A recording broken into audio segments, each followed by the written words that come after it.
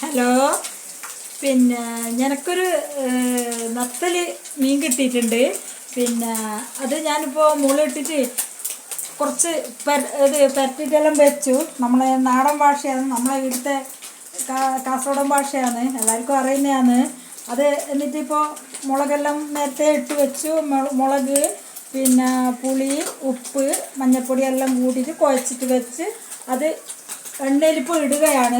കുട്ടികൾക്ക് ഇത് നല്ലതാണ്. നത്തല് നമ്മളെ നാട്ടിൽ നത്തല് എന്ന് പറയും, ചില നാട്ടിൽ കൊഴുവാന്നോ അങ്ങനെ എന്തെല്ലാം പറയലുണ്ട്. നമ്മളിങ്ങനെ നത്തല് എന്നാണ് പറയുന്നത്.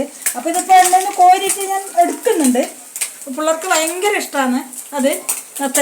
നത്തല് പൊരിച്ചെടുത്താൽ ഭയങ്കര ഇഷ്ടമാണ്. അത് നല്ലോണം കറുപ്പ് കളർ ആയിട്ട് അത് എടുത്ത് കറുപ്പ് കളറായിട്ട് വേണം. അതിപ്പോൾ ഞാൻ കോരി എടുക്കുകയാണ്.